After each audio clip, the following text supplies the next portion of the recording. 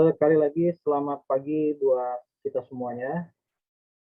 Eh, karena waktu sudah pukul 7 sesuai dengan jadwal mata pelajaran yang hari ini dijadwalkan kepada kita, yaitu pelajaran kimia.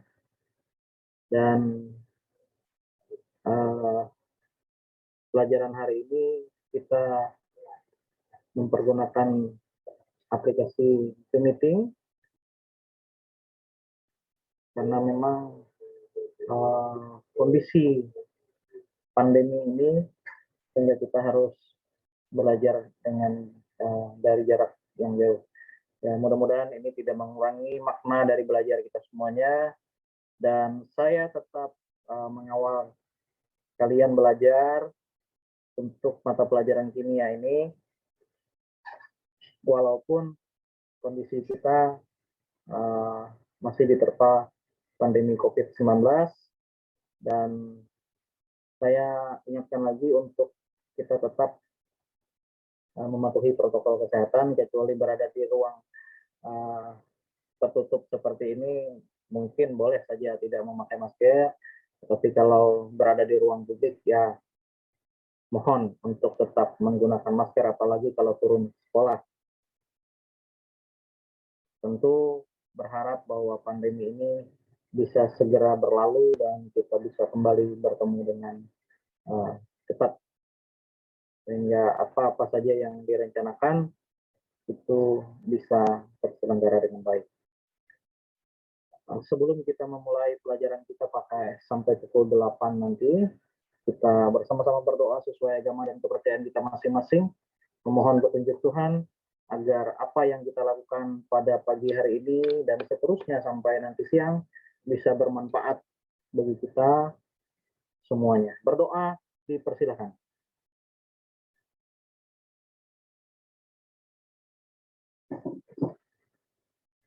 Berdoa selesai. Terima kasih, selamat pagi Danda Wiki, Tegar, dan Indah Normalasari yang sudah membuka kameranya. Tadi saya sudah sampaikan juga, karena ini yang tampil di tempat saya hanya 3 orang ini, yang lain tidak tampil kecuali menghidupkan kameranya. Oleh karena itu, tadi saya sudah sampaikan juga bahwa untuk mikrofon boleh dimatikan dulu ya semuanya, tapi kameranya mohon dihidupkan. Nanti kalau ada pertanyaan bisa langsung dihidupkan kameranya. Baik, saya akan share screen untuk materi yang hari ini akan kita coba bahas. Ya, tadi sudah saya upload juga di Google Classroom dan juga di grup belajar kita. Ada Danda, kelihatan Danda? Ada, Pak. Ya, ini tentang bab 5, yaitu larutan asam dan basa. Ya. Jadi konsep asam dan basa ini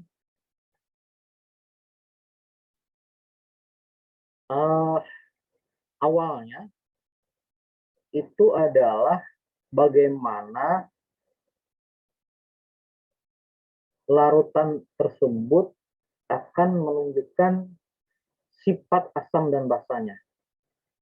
Jadi untuk bisa dikategori asam dan basa, ada indikator zat yang mampu menunjukkan warna, sehingga larutan tersebut dapat dibedakan dalam larutan asam atau basa.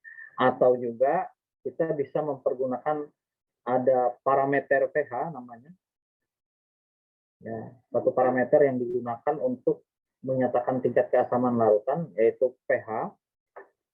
pH ini singkatan dari potential of hydrogen, atau berapa tingkat hidrogen di dalam larutan tersebut, di mana larutan asam itu nanti akan mempunyai pH lebih kecil dari 7, dan larutan basa akan mempunyai pH lebih besar dari 7.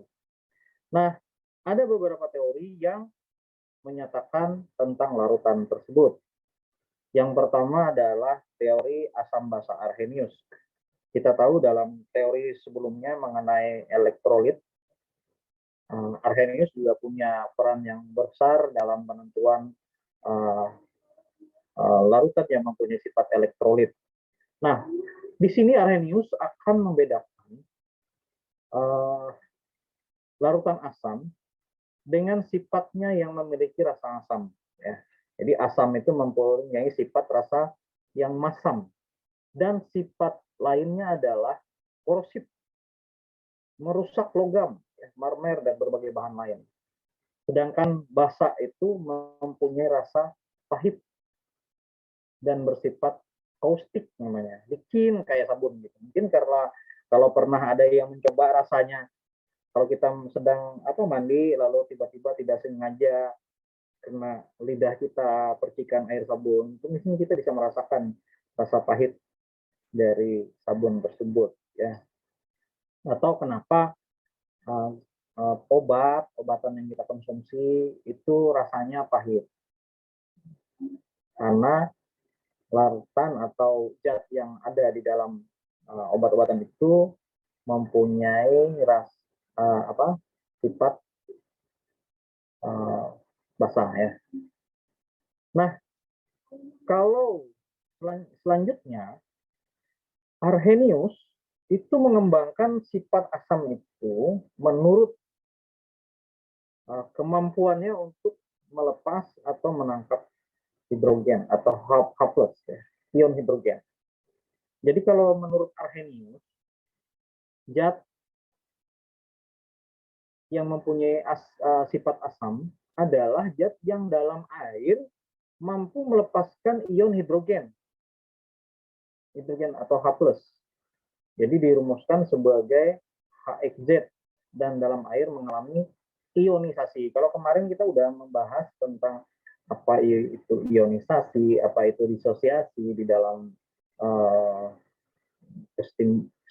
tetapan kesetimbangan, maka di sini juga akan kita bahas tentang itu, ya. Jadi kenapa tetapan kesetimbangan kemarin juga akan berkolaborasi atau punya hubungan lah dengan materi-materi yang seperti ini.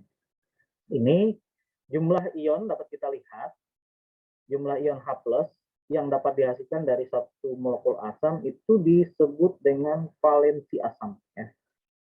Jadi jumlah X-nya ini. Jadi jumlah ion H+ yang dapat dihasilkan oleh suatu asam disebut valensi. Kita lihat yang di depan ini kan disebut dengan valensi, ya.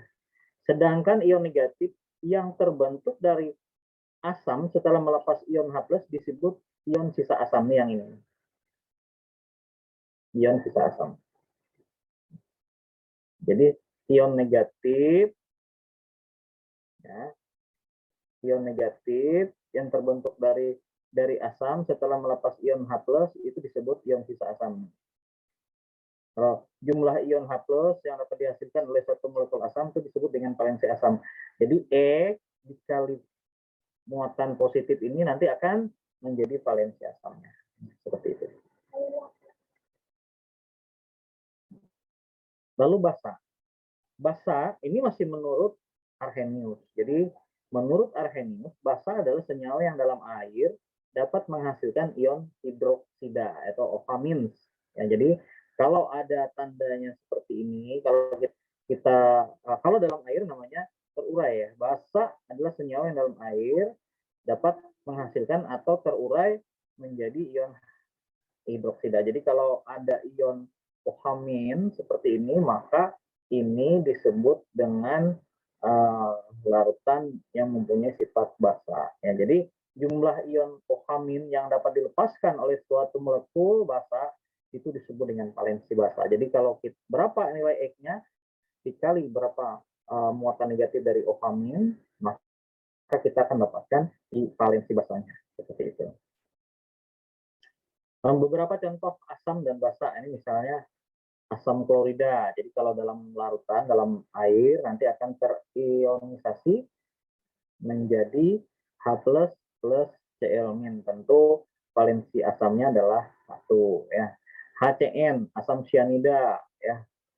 Nah, akan terurai menjadi H plus CN-. Kalau kita tanya berapa valensi asam dari HCN, maka jawabannya adalah 1, karena 1 kali 1, 1. Ya.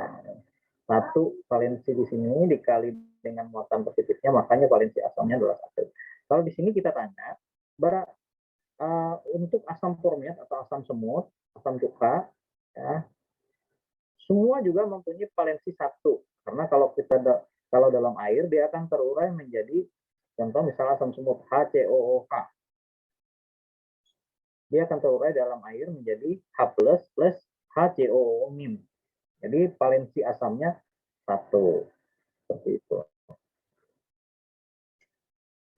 Ada konsep lain yaitu konsep pH, POH dan PKWA.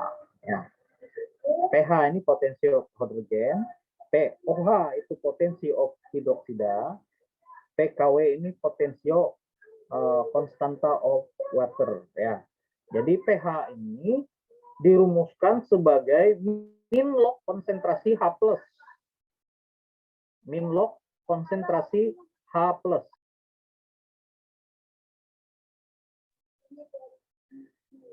pH min log konsentrasi H+. Jadi derajat atau tingkat keasaman larutan itu tergantung pada konsentrasi ion H+ dalam larutan. Oleh Sorensen, seorang ahli kimia dari Denmark, yang mengusulkan konsep pH untuk menyatakan konsentrasi ion H+, yaitu sama dengan negatif logaritma konsentrasi ion H+, dirumuskan dengan pH, sekali lagi pH, pH min log H+. Nah, jika konsentrasi H+ sama dengan 1 kali 10 pangkat min N, maka pH-nya adalah N. Jadi, seperti ini.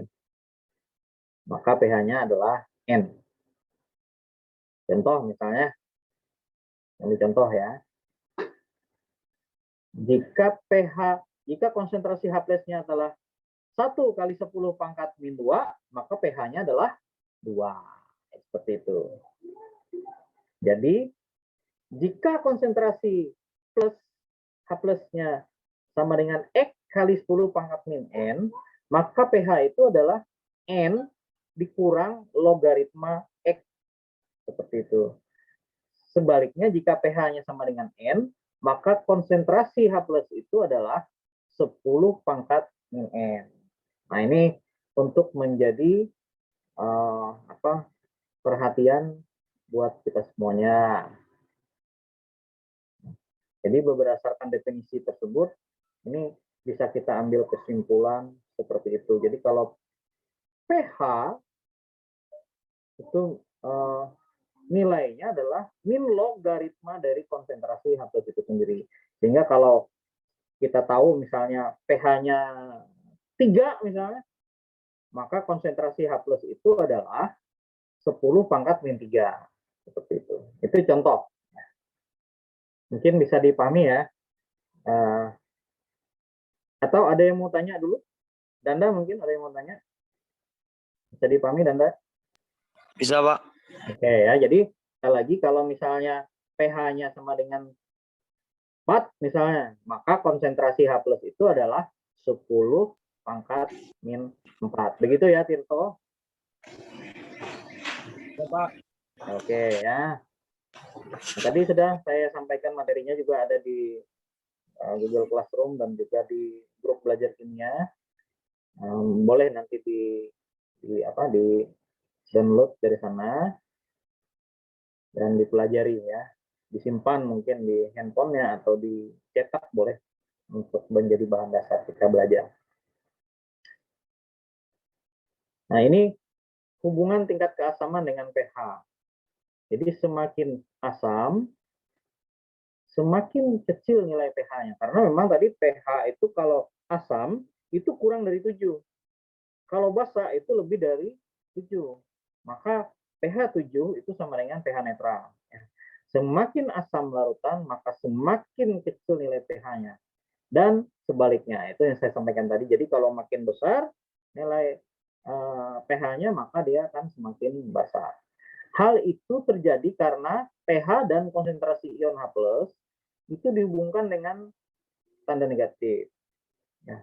Selanjutnya karena bilangan dasar logaritmanya adalah 10, maka larutan yang nilai pH-nya berbeda sebesar N mempunyai perbedaan konsentrasi ion H+ sebesar 10 pangkat N. Nah, jika konsentrasi ion H+ itu adalah 0,1 M, ya, maka nilai pH-nya adalah min log 0,1. Yaitu nilainya akan sama dengan 1. Karena nilainya tadi adalah min log 1 kali 10 pangkat min 1. Jadi karena jika konsentrasi H+ ini adalah 0,01, 10 kali lebih kecil, maka nilai pH-nya adalah min log 1 kali 10 pangkat min 2. Tadi kan saya sudah sampaikan, kalau pH-nya 1 kali 10 pangkat min N, maka nilai pH-nya adalah N. Kalau 1 kali 10 pangkat min 3 misalnya, maka nilai pH-nya adalah 3. Kalau 1 kali 10 pangkat min 2, maka pH-nya adalah 2. Ini kalau kita lihat pada contoh ini, ya, jika konsentrasi H+-nya adalah 0,01 M, berarti kan 1 kali 10 pangkat min 2. Ya, jadi pH-nya adalah min log 1 kali 10 pangkat min 2. Maka nilai pH-nya itu sendiri adalah 2, sesuai dengan rumusnya. Ini nanti kok bisa Pak? Iya, karena tadi kita mengikuti aturan ini, ya, yang ini. Tuh. Kalau 0,01 itu bisa kita buat menjadi 1 kali 10 pangkat min 2. Ya, seperti itu ya. Karena ini tinggal kita, karena nolnya akan ada di depan dari tanda dari angka 1. 0,01. Jadi kalau 0,0001 itu kalau kita ubah menjadi 1 kali 10 pangkat min berapa ini? Tinggal mundur aja. 4. 1, 2, 3, min 4. Maka pH-nya adalah 4. pH ya. Kalau nilai pH. Itu nilainya kan sama dengan 4 nih, sesuai dengan rumus yang kita ini. Nah, itu untuk diketahui oleh kita bersama, supaya nanti kok bisa seperti itu gitu ya, karena memang kita sudah ada panduan rumusnya di situ ya. Nah, selanjutnya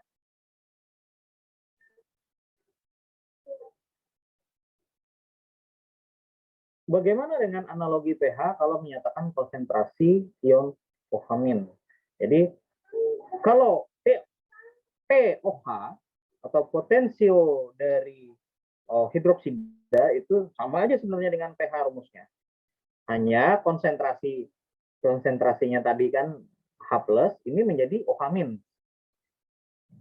POH sama dengan min log konsentrasi OH-. Nah, tetapan keseimbangannya, nah ini yang perlu kita KW, W ini water ya. Water ini adalah air murni. Jadi nanti kalau kita hitung tetapan keseimbangannya gimana caranya? Adalah bagaimana cara kita menjelaskan mengapa air dapat menghantarkan listrik, karena sebagian kecil dari air itu terionisasi menjadi H+ dan ion OH- seperti ini. Jadi H2O itu akan terurai menjadi H+ plus OH-. Ini menjadi salah satu penjelas bagi kenapa air dapat menghantarkan listrik ya. Nah, untuk tetapan keseimbangan air itu sendiri dinyatakan sebagai Kc H+ plus OH- dibagi H2O. Sama aja kayak kita menghitung tetapan keseimbangan kemarin ya. Oleh karena itu, konsentrasi H2O karena dianggap konstan, maka hasil kali keseimbangan Kc itu merupakan konstanta keseimbangan air murni ya. Jadi nilai Kw itu pada berbagai suhu adalah 1 kali 10 pangkat min 14 ya. Jadi sehingga pH-nya bisa kita tahu nilainya adalah 14. Jadi kalau nanti ditanya, berapa pH air murni? 14. Dari mana taunya? Ya dari sini. Ya. Nih, penjelasannya adalah karena H2O itu konsentrasinya dianggap konstan, maka hasil kali perkalian Kc dengan H2O merupakan satu konstanta. Nih ya, PKW sama dengan konsentrasi H plus dikali konsentrasi OH-. Nilai KW pada berbagai suhu adalah 1 kali 10 pangkat min 14. Sehingga PKW-nya nilainya pasti akan sama dengan 14. Sama kayak rumus tadi. Ya. Nah, seperti itu. Nah, bagaimana hubungannya dengan OH-, konsentrasi H plus dengan konsentrasi ion OH-? Maka dapat dirumuskan seperti ini. Konsentrasi H plus sama dengan konsentrasi OH- sama dengan akar dari konstanta of water. Nah, seperti itu. Bagaimana hubungan pH dengan pOH? Nah, hubungan pH dengan pOH itu dapat diturunkan dari persamaan tetapan keseimbangan air. Jadi, KW, konstanta of water, itu sama dengan konsentrasi H plus dikali konsentrasi OH-. Jika kedua ruas persamaan yang diambil negatif logaritmanya, maka akan kita peroleh min log KW sama dengan min log konsentrasi H plus dikali konsentrasi OH-.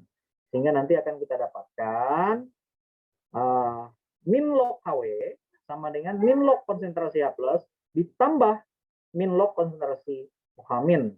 Dengan P sama dengan min log, maka PKW sama dengan pH plus pOH. Atau pH plus pOH itu sama dengan PKW. Ya, sama aja bolak-balik.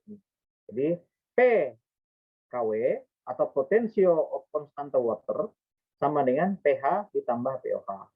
Maka nilainya kalau pH itu di 7 ke bawah, pOH 7 ke atas, maka nilainya 7 tambah 7, 14.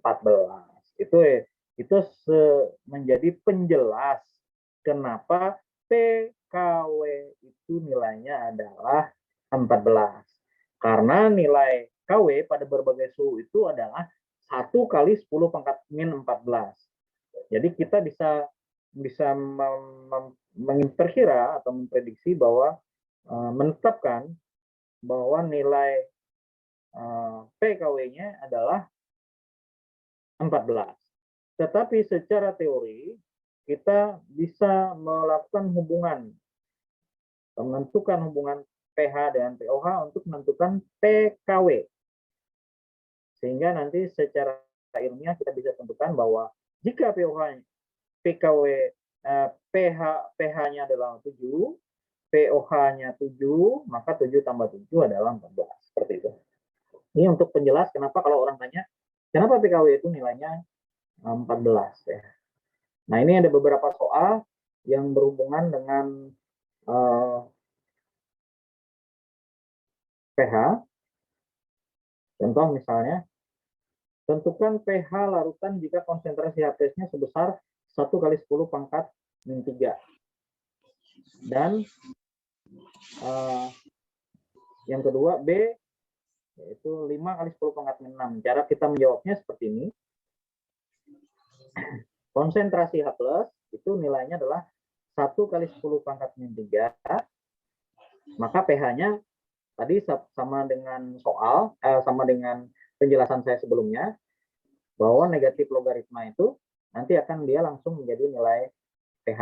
Ya, jadi min log 1 kali 10 pangkat min 3, ya nilainya adalah 3. Jadi kalau misalnya di sini 1 kali 10 pangkat min 4, maka pH-nya pasti 4. 1 kali 10 pangkat min 5, maka pH-nya pasti 5. 1 kali 10 pangkat min 6, nilainya pH-nya akan sama dengan 6. Bagaimana kalau misalnya 5 kali 10 pangkat min 6? Tinggal kita kalikan. Ya. Min log kali 5 kali 10 pangkat min 6. Ini nilainya adalah 10 pangkat min 6 itu nilainya 6. Maka ini 10 pangkat min 3 nilainya adalah 3. Ya, seperti itu. dikali logaritma 1. Dikali logaritma, dikurang dengan logaritma 1. Yang ini nih, 10 pangkat min 3, logaritma 1, 0. 3 kurang 0, 3. Ya. Jadi, min log 5 kali 10 pangkat min 6 adalah 6 min log 5. Nah, 6 min log 5. Artinya, 5 ini kita bisa dapatkan dari pembagian 10, logaritma 10 bagi 2. Supaya kita bisa dapatkan nilai logaritmanya. Andai kata diketahui logaritma 2 itu adalah 0,3, maka 6 min log 10, min log 10, min log 2.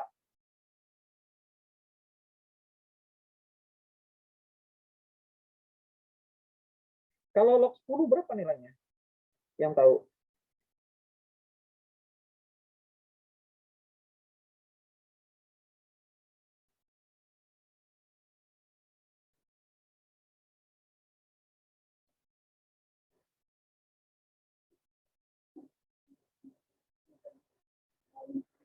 Siapa yang tahu nilai log 10 berapa nilainya?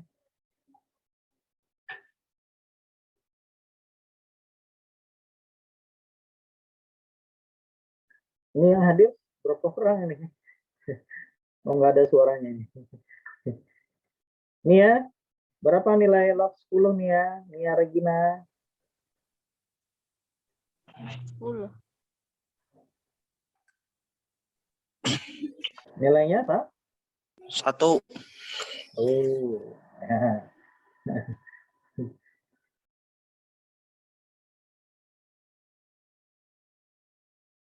Jadi kalau nanti logaritma 10, 1 misalnya, min log 2. Ini kenapa jadi min sisa log 2? Log 10-nya kemana gitu? Siapa yang bisa memberi penjelasan?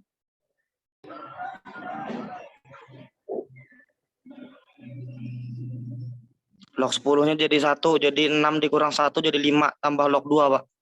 Betul. Nah, jadi bisa kelihatan ya. Jadi 6 dikurang 1 nilainya jadi ke sini. Ini maksud saya ya. Supaya kelihatan. Jadi ini log 10 itu kan 1 nilainya. Ini kan kalau 6 dikurang 1 nilainya akan jadi ini ya. Kenapa jadi plus yang ini 5 plus log 2? Karena 6 kurang 1 jadi plus 5. Ya. Ya, ini tadi Min dikali min plus. min kali min nilainya plus. Ya, jadi kenapa nanti 6 jangan dikira oh, kenapa enggak ini tadi enggak negatif di situ ya karena masih ada hierarki perkaliannya ya. Jadi 6 min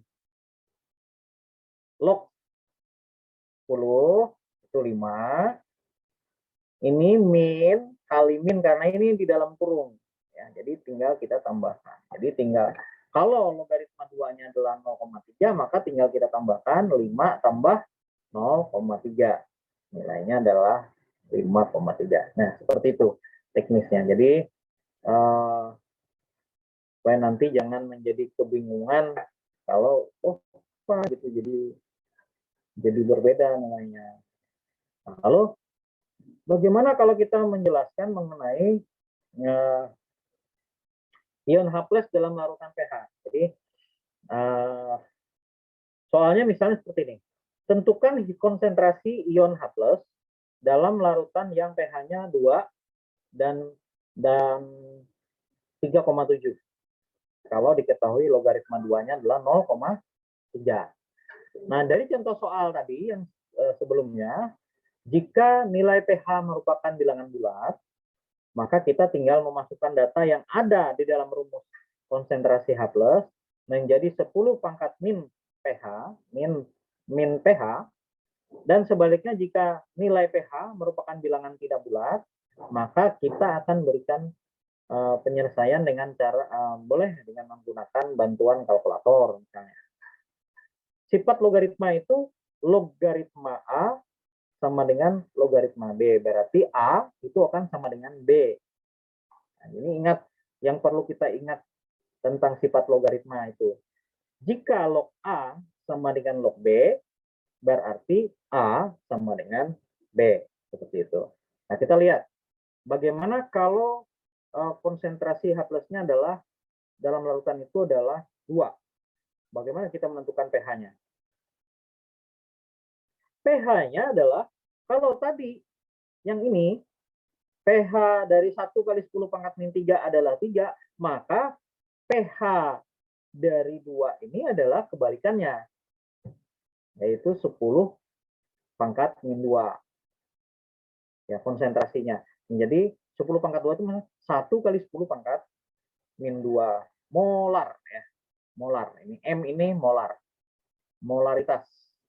Jumlah mol per satuan liter. Ya, jadi dalam persatuan liter jumlah mol adalah seperti itu. Konsentrasi H plusnya. Yaitu 10 pangkat min 2 per liter. Ini pH. Nah, maksud saya konsentrasi H plusnya. Kalau pH-nya kita ketahui. Sebaliknya kalau kita mau mencari pH dari konsentrasinya, ya tinggal kita balik. 10 pangkat min 2, maka pH-nya adalah 2, sesuai dengan ini. Sama dengan yang ini tadi. 10 pangkat min 3, atau 1 kali 10 pangkat min 3, nilainya adalah, nilai pH-nya adalah 3. 1 kali 10 pangkat min 2, maka nilai pH-nya adalah 2. Kayak tadi aja, tinggal berbalik-balik aja. Nah, bagaimana kalau nilai konsentrasinya adalah desimal kayak gini? Nilainya desimal kayak gini. Tinggal ya kita lakukan saja perhitungan seperti ini. Jadi min pH-nya 3,7, ya pasti akan nilainya adalah min log konsentrasi H+, yaitu 3,7. Min log konsentrasi H+ itu adalah 3,7, itu kan nilainya 4 dikurang 0,3. Seperti itu. Nah, 4 kurang 0,3 kan nilainya 3,7. Nah, dari mana kok dapat 4 ini? Ya tinggal kita kurangkan lah. Mau 5 kurang berapa juga boleh, ya nggak masalah. Yang penting kan kita bisa melakukan perhitungan. Hanya di dalam soal itu kadang-kadang sudah diberi batas. Nggak terlalu sulit lah, ya. Diberi batas, maksud saya seperti ini. Kenapa soal itu memunculkan logaritma 2 ini? Ya, ini yang tadi atasnya. Kenapa itu? Untuk memudahkan kita melakukan perhitungan sebenarnya. Jadi soal itu sendiri sudah membantu kita untuk menyelesaikannya. Jadi kita nggak perlu membuat misalnya 17 dikurang berapa gitu, sehingga nanti tetap nilainya adalah 3,7. Enggak, karena sudah ada diberi batasan. Maka kita akan memikirkan batasannya adalah berapa sih yang paling mudah untuk mendapatkan nilai 0,3 dari logaritma 2 yang ada. Ya tinggal 4 kurang 0,3 kan gitu. Karena nilai logaritma 2 itu sendiri adalah 0,3. Sehingga dengan nilai 0,3 ini kita bisa membalikkan kondisi itu menjadi min logaritma 2. Nah, kalau kita sudah dapatkan nilai min logaritma 2 ini, 2-nya menjadi faktor pengalih di depan, dan 4 yang ada ini menjadi pangkat dari 10 pangkatnya. Sehingga nanti konsentrasi H+ itu adalah min 4 kurang min log 2 menjadi konsentrasi H+ menjadi 2 kali 10 pangkat min 4. Seperti itu ya. Ini memang agak ribet. Kalau yang nggak suka matematika memang ribet membacanya ya. Jadi 2 ini sendiri ya. 2 yang ada ini sendiri ini menjadi ke depan sini. Ya. Seperti itu. Lalu 4-nya ini didapatkan dari sini. Kenapa? Dan menjadi minus ya posisinya karena dia menjadi faktor pengalih dari konsentrasi H+. Yang tadi sudah disampaikan nih bahwa tinggal memasukkan data ke dalam rumus seperti ini ya. Itu yang saya tanda nih. Jadi konsentrasi H+ itu adalah 10 pangkat min pH. Nah, pH-nya kan seperti ini tadi tuh. Nah, tinggal kita masukkan. Bisa juga kalau mau pakai seperti ini, bahwa konsentrasi H+ itu adalah 10 pangkat min 3,7. Karena di sini kan 3,7 tadi itu. Nih, bagaimana kalau konsentrasinya 3,7? Ya, nanti dengan bantuan kalkulator kita bisa dapatkan. Seperti itu nilainya adalah 1 kali 9,995 kali 10 pangkat min 4. Seperti itu. Ya. Ini kalau kita kalikan juga akan dapat seperti ini. Ya. Kira-kira itu penjelasan tentang materi ini. Ada yang mau tanya dulu ke saya? Silakan dulu. Pak 4 tadi Barangkali ada mana, Pak? Arya Fadilah mungkin Arya lama saya nggak lihat Arya. Ipen sudah sehat Ipen? Pak. Ya, mungkin ya. Siapa lagi nih? Ya, yang menghidupkan kameranya akan muncul di layar saya. Yang nggak menghidupkan kameranya yang nggak akan muncul. Ya. Kalau pakai foto aja nggak akan muncul ya. Tapi yang pakai kamera pasti akan muncul. Dan jangan lupa absen publiknya di kolom chat ya, supaya bisa tercatat oleh host di sekolah. Nanti Arya hadir, Niki Tirto hadir, dan Dawiki hadir yang seperti itu ya. Dari kelasnya jangan lupa. Nah ini penjelasan Bapak tentang materi ini. Jadi materi ini dasar masih ya, masih sangat dasar sekali. Jadi kalau kita mencermati satu-satu, materi ini masih terbilang sangat mudah untuk dipahami. Ya. Kecuali bagi orang yang memang tidak suka. Ya. Jadi kalau memang tidak suka, tapi akan aneh bagi anak IPA kalau dia tidak suka dengan pelajaran kimia, fisika, matematika. Ya karena itu naturnya di situ. Natur IPA-nya di situ. Jadi kemampuan argumentatifnya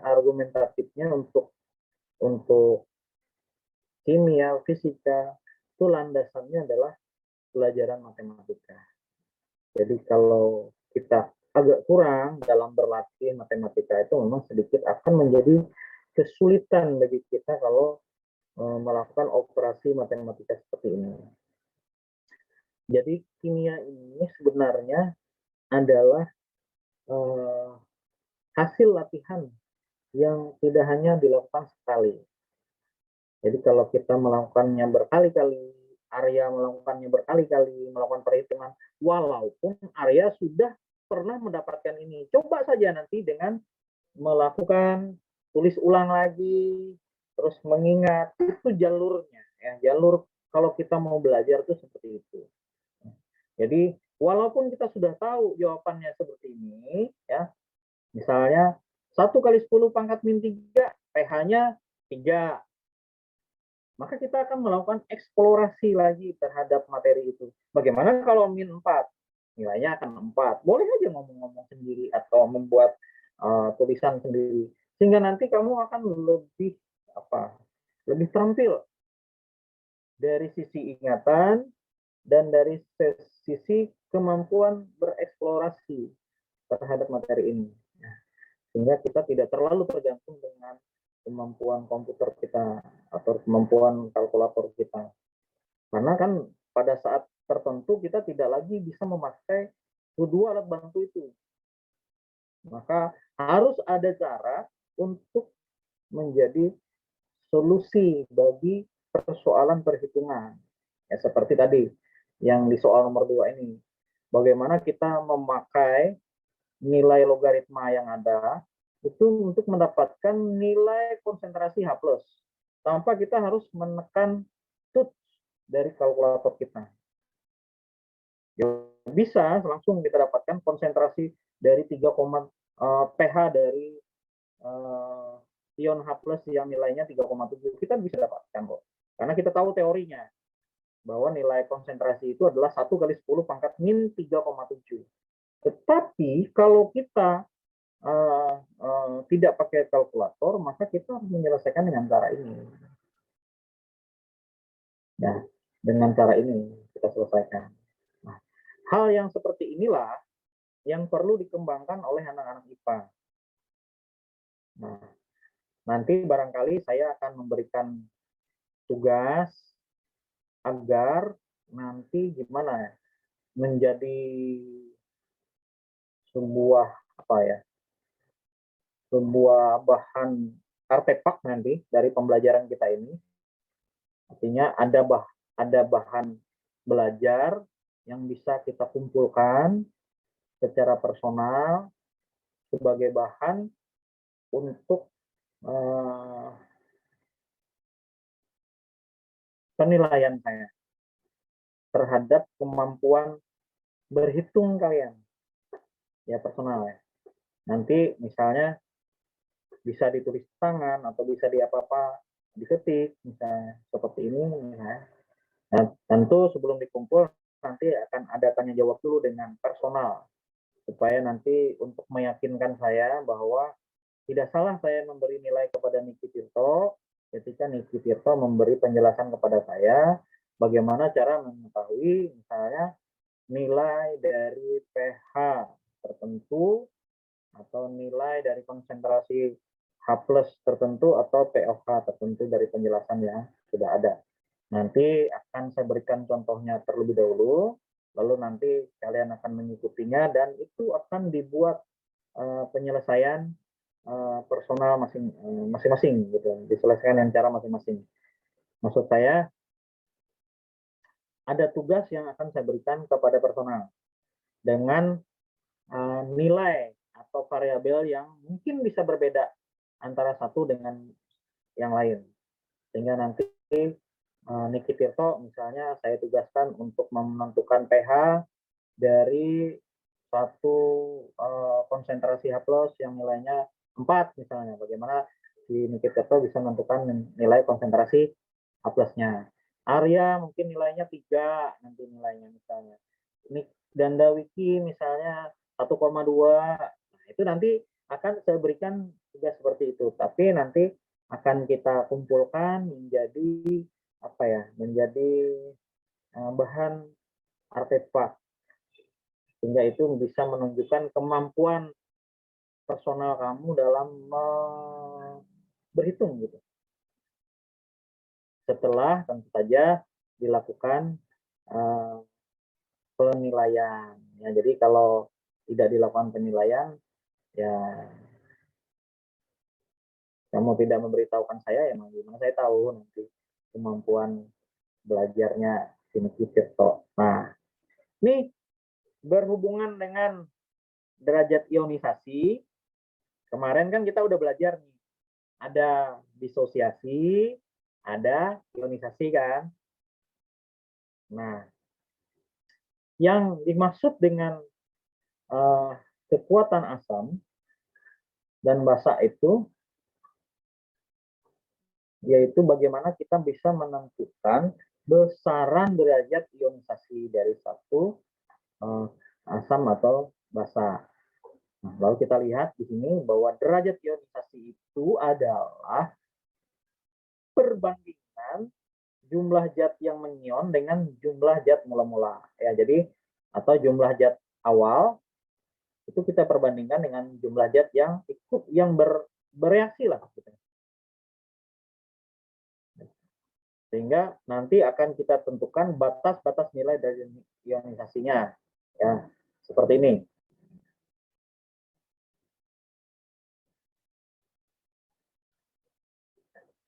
Bahwa nilai derajat ionisasi atau kita sering sebut sebagai alfa itu bisa kurang dari sama dengan 0 atau kurang dari sama dengan 1. Ya. Jadi, atau bisa lebih besar daripada 1. Jadi, jika zat elektrolit yang mempunyai derajat ionisasi besar, mendekati 1, itu disebut elektrolit kuat. Sedangkan yang derajat ionisasinya lemah, itu adalah zat yang kemampuan mengionnya mendekati 0. Secara ketetapan keseimbangan, maka ionisasi asam atau disebut dengan Ka, reaksi ion asam lemah, valensi 1 dapat dirumuskan sebagai berikut. Jadi HA ini asam, ya.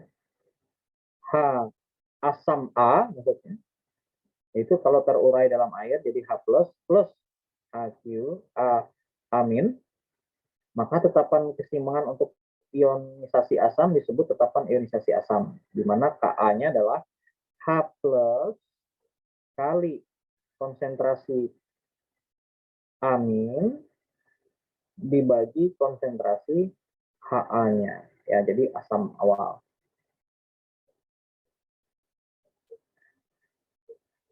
Nah, nanti akan kita dapatkan beberapa tetapan Ka. Untuk asam asetat itu biasanya Ka-nya atau 1,8 kali 10 pangkat 5. Ini boleh dicatat yang ini ya. Nanti di screenshot atau diapain ya.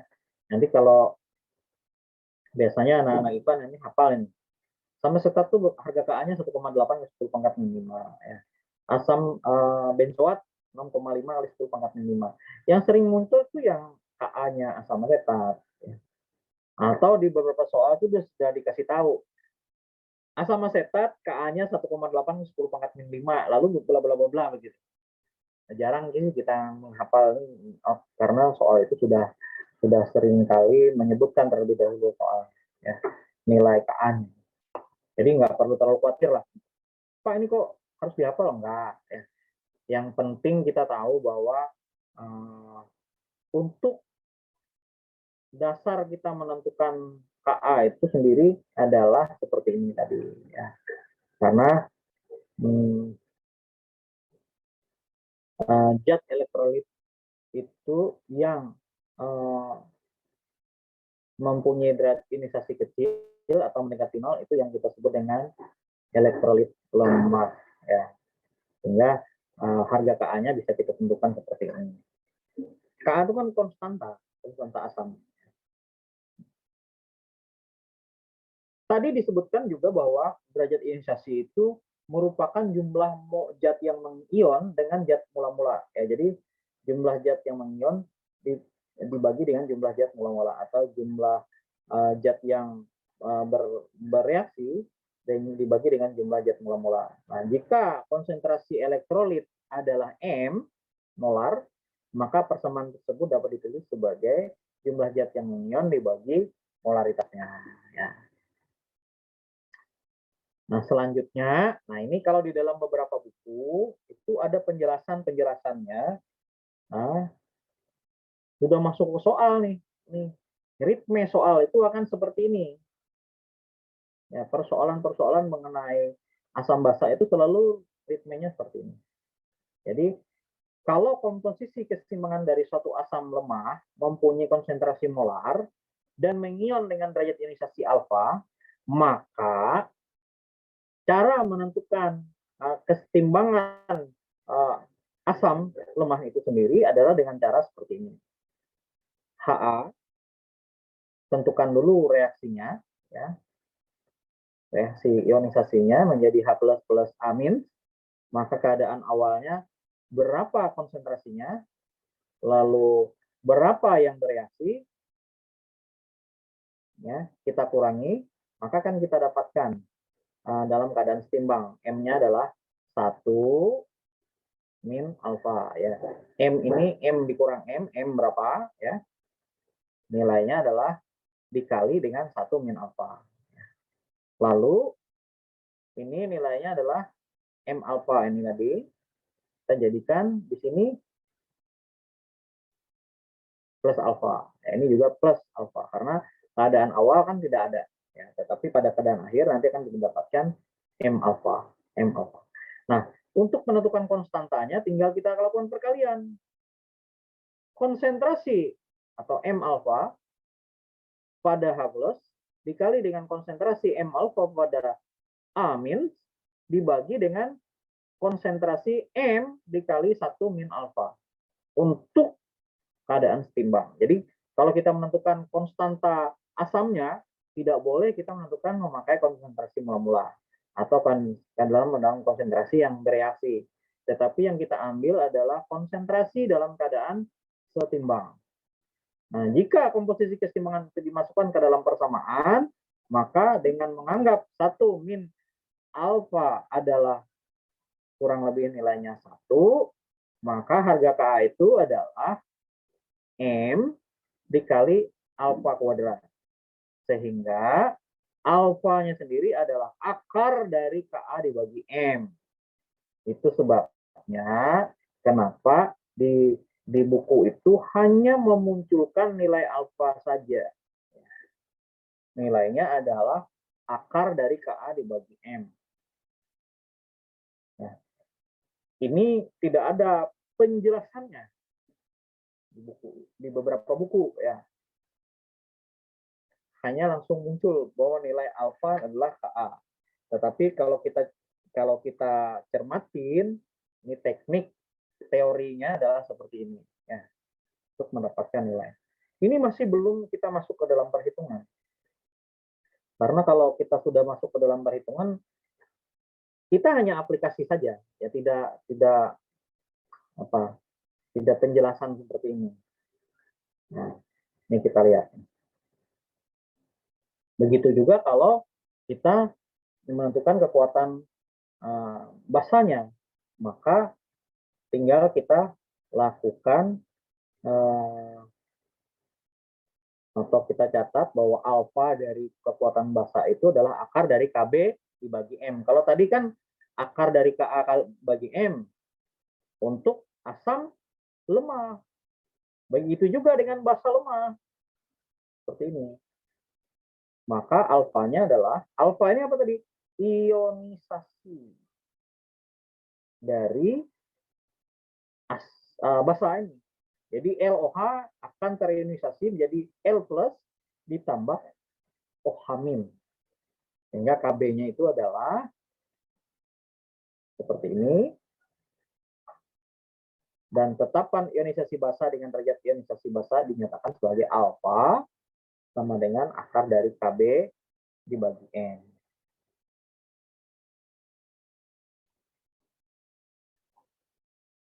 Bagaimana cara menghitung pH larutan asam? Telah disebutkan bahwa asam kuat mengion sempurna. Jadi pH larutan dapat ditentukan jika konsentrasi asam itu diketahui. Berarti konsentrasi asam itu adalah berapa harga M dikali valensi asamnya. Sangat mudah sebenarnya. Beda dengan asam lemah. Kalau asam lemah itu tentu harus kita lakukan perkalian. Ya, jadi konsentrasi asamnya adalah akar panjang dari Ka-nya sendiri dikali M. Ini untuk asam lemah. Kalau asam kuatnya tinggal kita lakukan perkalian. Ya, seperti ini. Tinggal kita lakukan perkalian. M-nya berapa konsentrasi asamnya dikali valensi asamnya. Tapi untuk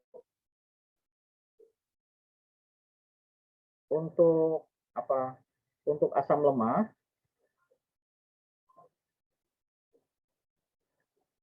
itu tinggal kita kalikan. Ini yang saya beri tanda merah ini. Kalau tadi kan yang asam kuat tinggal M kali valensinya.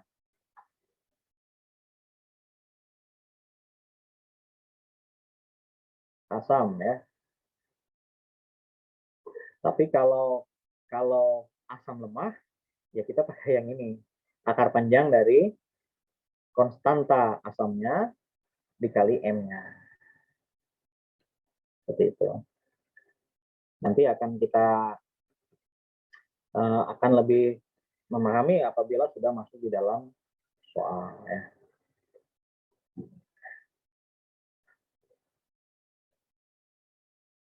Nah, derajat ionisasi sendiri untuk asam itu dapat ditunjukkan pada persamaan seperti tadi ya. Nah, itu. Jadi jika konsentrasi dan derajat ionisasi asam diketahui, maka konsentrasi H+-nya dapat ditentukan. Ini adalah kesimpulan dari pelajaran tentang penentuan derajat konsentrasi atau konsentrasi dan derajat ionisasi asam ya. Karena kalau kita menentukan konsentrasi dari H+-nya bisa, maksud saya bisa kita tentukan dari berapa molaritasnya dan dikali berapa alfanya. Alfa itu adalah derajat disosiasinya. Nah, itu saja kira-kira yang bisa saya sampaikan pagi hari ini, dan karena waktu sudah pukul 8, saya kira cukup dulu untuk kita ya. Event juga teman-teman yang lain ya, teman-temannya yang lain, saya tadi sudah upload materinya di Google Classroom dan di grup belajar kimia. Mohon untuk bisa dicermati bersama, dan kalau memang bisa dicetak ya. Kalau enggak ya disimpan saja di dalam handphone untuk dibaca atau di dalam laptopnya. Saya kira itu saja dulu pembelajaran kita pada pagi hari ini. Terima kasih untuk kebersamaan kita semuanya. Saya senang bisa bertemu walaupun kita masih dalam suasana pandemi seperti ini. Dan terima kasih juga saya kembalikan kepada host untuk bisa melanjutkan pembelajaran pagi hari ini dan kita akhiri. Terima kasih, selamat pagi, selamat beraktivitas. Pagi, Pak. Pagi, Pak. Pagi, Pak. Terima kasih. Kita tinggalkan ruang ini ya untuk bisa melanjutkan ke pembelajaran selanjutnya. Terima kasih kepada host juga yang ada di SMA Negeri 4 Marotea.